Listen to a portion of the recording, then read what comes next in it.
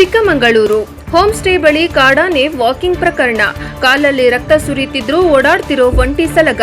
Compound ದಾಟಿ ತಂತಿ ಬೇಲಿ ಕಂಬಗಳನ್ನ ತುಳಿದು ಹಾಕಿದ್ದ ಕಾಡಾನೆ. ರಸ್ತೆಯುದ್ದಕ್ಕೂ ಚೆಲ್ಲಿರೋ ಕಾಡಾನೆ ರಕ್ತ. ಗಾಯ ದೊಡ್ಡದಾಗಿ ನೋವು ಹೆಚ್ಚಾದ್ರೆ ಆನೆ ರೊಚ್ಚಿಗೇಳೋ ಆತಂಕ. ಕಾಡಾನೆ ರಕ್ತದ ಗುರುತು ಹಿಡಿದು ಇಲ್ಲೇ ಇದೆ ಎಂದು ಸ್ಥಳೀಯರ ಅಂದಾಜು. ಗ್ರಾಮದೊಳಗೆ ಕಾಡಾನೆ ರಕ್ತ ಕಂಡು ಸ್ಥಳೀಯರ ಆತಂಕ. ಕಾಡಾನೆಯನ್ನ ಸ್ಥಳಾಂತರಿಸುವಂತೆ ಸ್ಥಳೀಯರ ಆಗ್ರಹ. ದೇವನಗೂಲ್ ಗ್ರಾಮದ ಹೋಮ್ ಸ್ಟೇ ಬಳಿ ಬಂದಿದ್ದ ಕಾಡಾನೆ. ಹೋಮ್ ಸ್ಟೇಯಿಂದ ಕಾಫಿ ತೋಟಕ್ಕೆ ಹೋಗಿದ್ದ ಕಾಡಾನೆ. ಚಿಕ್ಕಮಗಳೂರು ಜಿಲ್ಲೆ ಮೂಡಿಗೆರೆ ತಾಲೂಕು.